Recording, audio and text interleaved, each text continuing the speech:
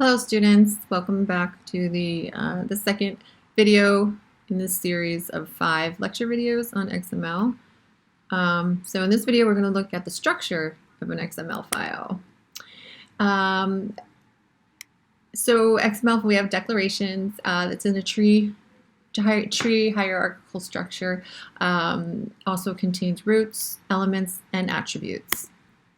So back to our yummy breakfast waffle XML file. Now I'm very hungry right now for a waffle. To create XML files, you can use a text editor like Notepad or Atom. But we are going to introduce a new tool for you, and that's Oxygen. And that's going to be the editor that you'll use when you're working on this XML lab. So we do have license keys for all of our Simmons students, and there's a PDF on Moodle that will give you the instructions for downloading Oxygen and putting in the license key that will allow you to have access to Oxygen. So once you find the Oxygen folder, and I will do an actual tutorial that you can follow along with, but I wanted to have them on the slides as well and go over it this way. So you just find the Oxygen folder and open up Oxygen XML. Make sure you're doing the Oxygen XML because there'll be other things in. And then it will look like this. This will be your interface. And here we've got an empty file, and it's XML, and it's got your declaration is already there. So this is what the interface looks like, and you'll see it. So this is the file. This is the file that's from W3 Schools, and it's for the bookstore. And we had a little some of these tags on the last lecture. So this is what it looks like when it's nice because it changes color for the different, like the tags are a different color and the text is in the categories different color, which is nice. I like text editors that do that. So going back to the sample XML file and the yummy waffles in the corner.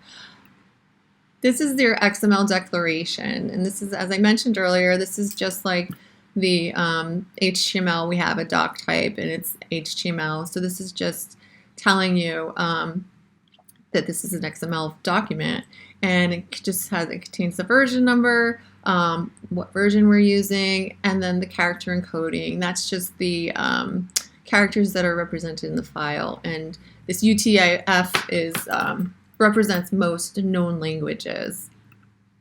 So the structure of an XML file, it's formed as like a tree structure, starting with the root, and we've seen tree structures in this class before, like with the directory.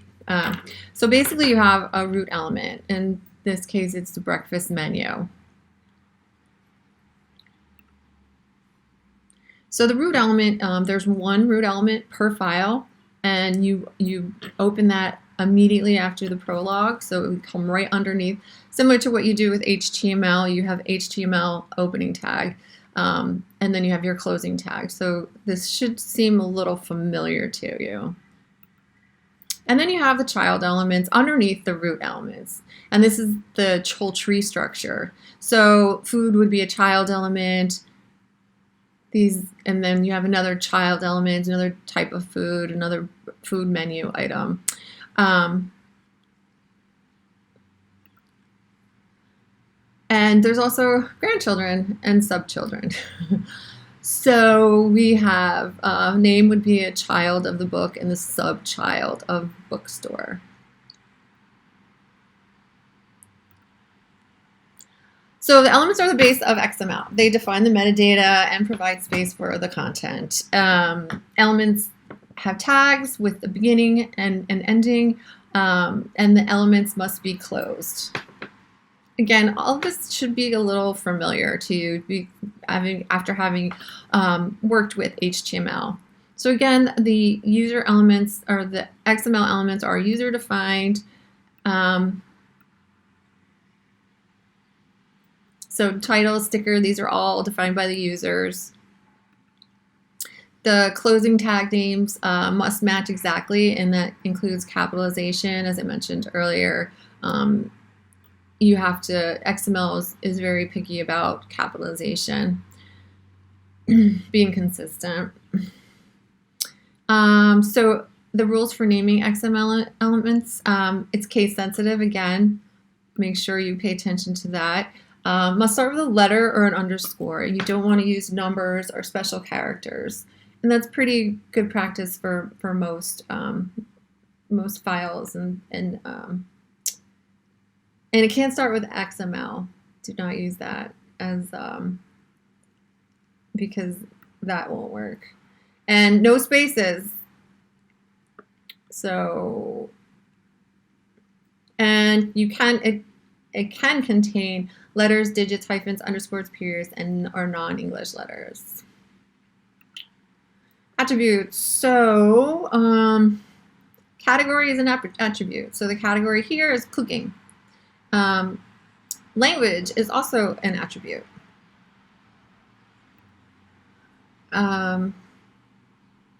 Yeah, same slide. Okay. White spaces, they're preserved. So if you do put white space in here, it will show up that way. Comments. This should be familiar to you. If you want to put comments in your code, you just, I'm not.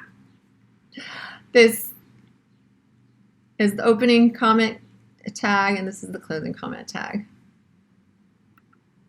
So well-formed XML. What is well-formed? How do you know if your XML is well-formed? Well,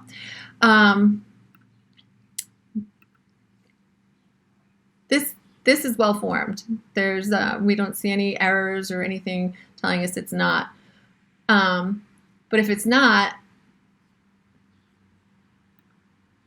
you'll get an error. It's XML parsing error.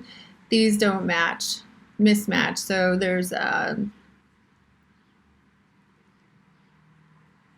discrepancy here.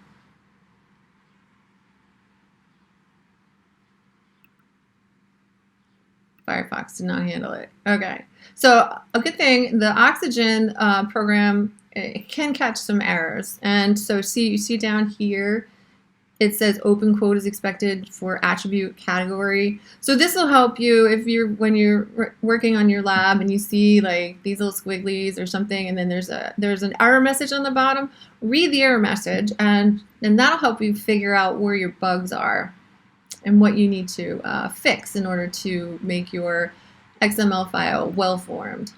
And there's also, again, as with HTML, there is a W3 Schools checker, and that will check your syntax. Does this mean that it's well-formed and it's valid, XML? Not exactly, but it does give you some sense of it. But yeah, okay. So next video lecture, we're going to be learning about DTDs, document type definitions, and schema. And that's it. So I will see you in the next video.